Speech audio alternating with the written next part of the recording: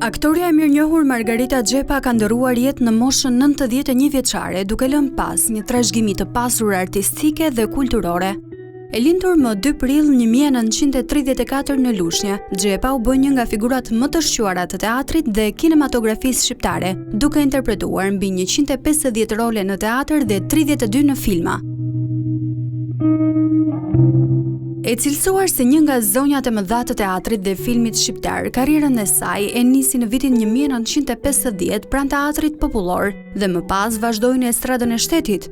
Që nga viti 1957 ajo ju përkushtua teatrit ku interpretoi role të spikatura si Ofelia tek Hamleti apo Vajza e dytë tek Mbreti i Lirë.